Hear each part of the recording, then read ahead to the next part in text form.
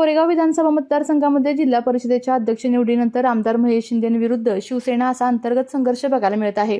आमदार महेश शिंदे यांनी भाजपशी घेतलेली जवळीक पाहता भविष्यात आमदार महेश शिंदेंना शिवसेनेकडूनच आमदारकीसाठी पर्याय उभा करण्यासाठी खुद्द पालकमंत्री शंभूराज देसाई यांच्याकडून प्रयत्न सुरू असल्याचे बघायला मिळत आहे।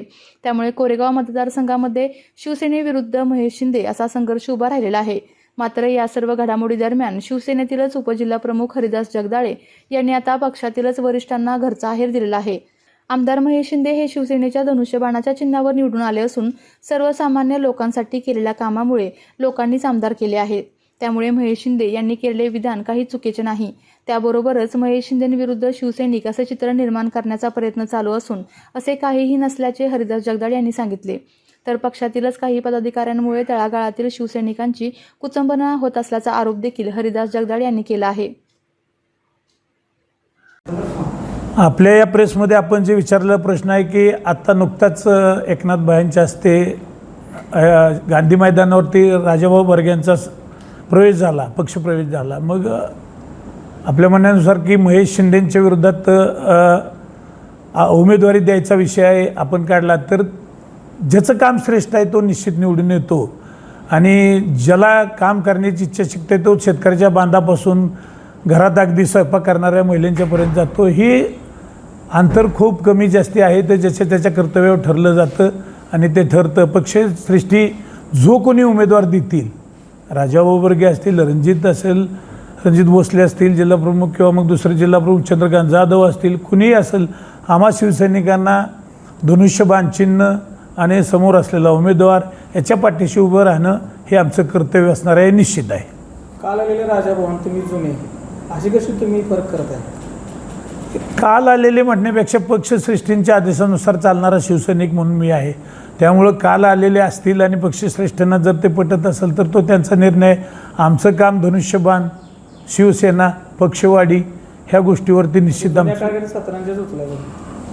हो, आता तीच परिस्थिती झाली असं वाटायला लागलं। कारण ज्या पातळीवरनं वरिष्ठांनी दखल घेऊन कार्यरत ठेवणाऱ्या शिवसैनिकांना न्याय दिला पाहिजे, त्या पद्धतीनं जरा थोडंसं आता डिले होत चाललं आहे असं वाटायला लागलं। त्यामुळं काही गोष्टी आपल्यासमोर आणायच्या म्हणून हे आणलेल्या आहेत, बाकी काही नाही।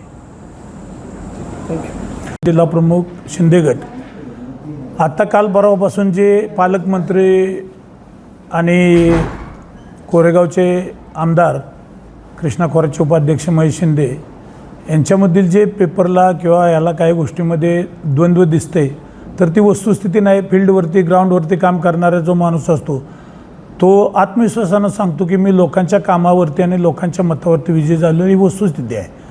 आणि ही काही गोष्टी एक शिवसैनिक म्हणून मी वरिष्ठांच्या काही गोष्टी कानावरती घातल्या, परंतु ज्या पद्धतीनं एक ज्येष्ठ मी कार्यकर्ता शिवसैनिक 84 पासून मी काम करतो आहे तर त्या गोष्टीवरती फोकस केला गेला नाही, म्हणून हे आजची पत्रकार परिषद आहे। ज्या पद्धतीनं महेश शिंदे तळागाळात काम जाऊन करतायत, परंतु त्यांनीही धनुष्यबाणाच्या चिन्हावरती शिवसैनिक म्हणून आपण निवडणूक लढवली आणि निवडून आला आहे, ही वस्तुस्थिती आहे।